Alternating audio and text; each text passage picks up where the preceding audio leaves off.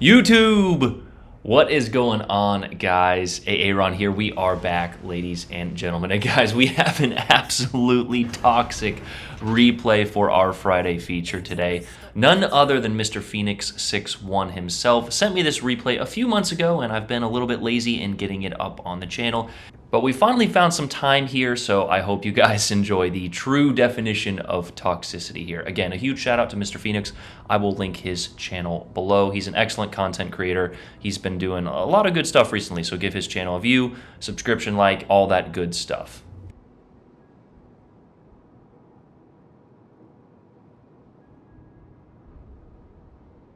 But without further ado, let's get right into the gameplay here. As you guys can clearly see, Phoenix is in the Shimakaze, the most toxic, most hated boat probably in the entire game.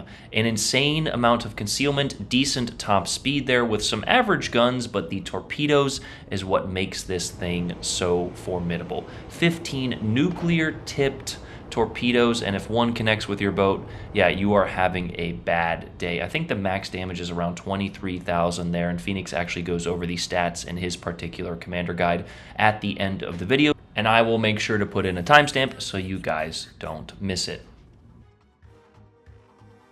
Now, part of the reason that the Shima and other IJN destroyers are so hated throughout the community is those who tend to pilot them don't necessarily fulfill the roles and responsibilities that destroyers really ideally need to fulfill during a game. And what do we mean by that? Well, spotting, capping, hunting other destroyers, or, making their team aware of their presence, and basically anything, objectively that can help the team win. Half of the time you see a Shimakaze or other IJN destroyers, you will see them in the back line or, trying to flank around the very edges of the map, avoiding all caps and spots, simply to get torpedoes on target.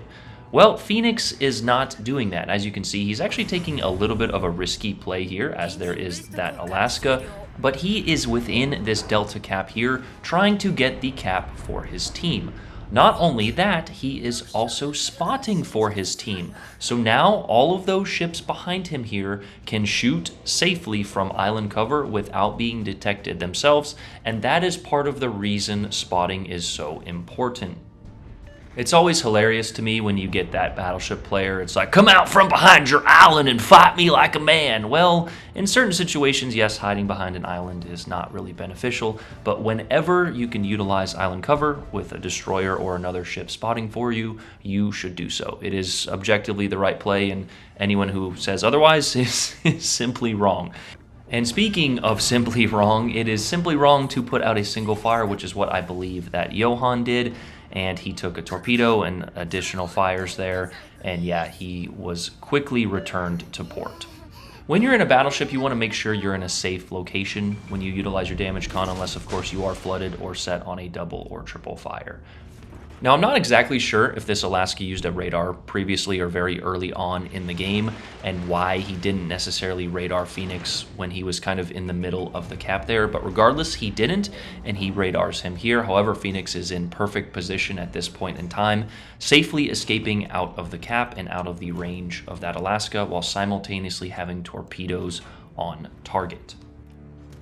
A certain advanced tactic that certain destroyer players will utilize, and I believe Phoenix was using in this game, is sitting right on the edge of the range of the radar for the particular cruiser. In this game, it is, of course, the Alaska with a 9-kilometer radar range. So him sitting at 8.8, he knows when the Alaska is using his radar, and when he uses it, he can safely escape out of that range.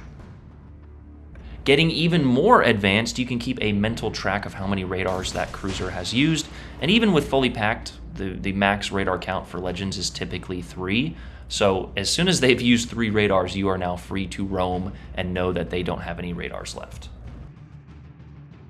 For this particular game, though, I don't really think we have to worry too much about advanced tactics. As you can see, Phoenix connect another torpedo on that Louisiana, and that should be a permanent flood as he works his way back into the cap. Because these ships, as you can see, are still aimlessly wandering towards Phoenix, Despite him just being detected and the cap going back to being captured, they are still sailing aimlessly into him, and he is just slowly single-firing torpedoes towards them. That is 2 more torpedo hits for 130,000 damage with a flood still going on that Louisiana. Talk about a complete lapse of situational awareness. I have no idea what these guys were thinking. And Phoenix even said that himself. He's like, I couldn't believe that they were just lining up for me. But as the saying goes, and everyone knows it, when life gives you lemons, you launched nuclear-tipped torpedoes at a row of battleships and heavy cruisers there.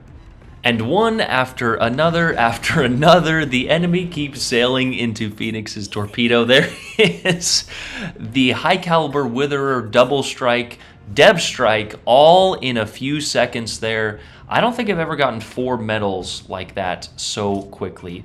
And to top it all off, the Vermont is still sailing in a straight line, and Phoenix is going to connect even more torpedoes. I don't understand what was going through their heads. Phoenix had just been radared. He had set other sets of torpedoes, which should have given them a little bit of awareness that he was over in that general region. And the cap should have been and was red to them, indicating that he was in it. Again, the complete lapse of situational awareness at high tiers is sometimes why I made the video I did a few days ago about going down to the low tiers and seal clubbing. We all make mistakes, but something like that to me is like driving on the wrong side of the road. It is a mistake you should really only make once or twice, if ever. And that's not to take away from what Phoenix did. When someone is giving you the world, you sit there and take it. This is a piece of advice I would recommend for everyone in life. If someone is, giving you the deal or whatever, don't hesitate. Jump on that advantage and take it. And that is exactly what he did while also fulfilling his role. You can see the 2 spot ribbons there, the solo capture and the mass amounts of damage that followed. Sometimes, guys, and I know that these games aren't going to happen, Phoenix himself even titled the video that he sent me paid actors, which is just a phrase in gaming of people who, it would appear as if they were trying to help him out.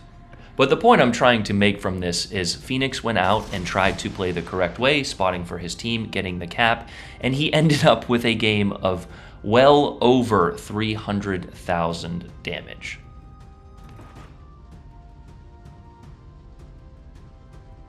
The point I'm trying to make with this as I blabber on here is go out, fulfill the role of your ship, play in a team-oriented, objective manner, and hell, you may wind up with a crazy replay that we can highlight on my channel. And speaking of crazy, I just want to know who Phoenix is paying for that torpedo RNG. As you guys so famously see with me on stream, I feel like I never get those oriented torpedoes to ever hit. And what we mean by that is when you're launching torpedoes at a bow tanking ship, I feel like the spread of the torpedoes, to me anyway, it feels like I always miss. But Phoenix actually connected 2 on the nose of that Stalingrad there, and that is his 5th kill and 310,000 damage. An absolutely insane toxic replay from the Shima here. And this is why I emphasize to shoot destroyers at all costs. The longer a destroyer lives, as we said in our video a few days ago, the more dangerous it becomes.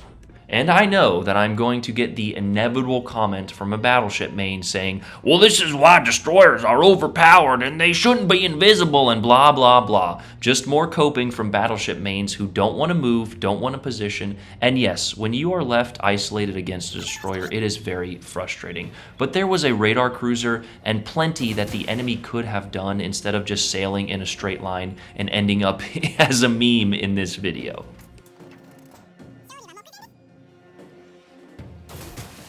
But that is going to do it for this one, ladies and gentlemen, as Phoenix puts the finishing touch on this game by connecting another torpedo on this Henry and earning himself the Confederate medal as well. 335,000 damage, the true definition of toxicity there. 15 torpedo hits with the additional solo cap and only 6 gun hits. Yeah, an IJN game to the max. 4,311 XP with a beautiful first place finish. And like I said, just an excellent toxic replay for our Friday feature. Phoenix, thank you once again for highlighting this. He's going to go ahead and go over the commander and his modifications for you guys. But that's going to do it for my narration. Again, I'm going to link his channel down below. Hopefully he'll comment so I can pin that. But again, Phoenix, thank you, brother. You're doing a great job. Give his channel some love, Chads. But yeah, that's going to do it for the Friday feature. I won't be streaming this weekend. I will be in Columbus.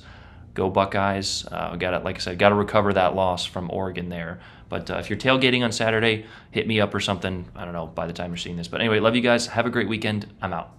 Peace.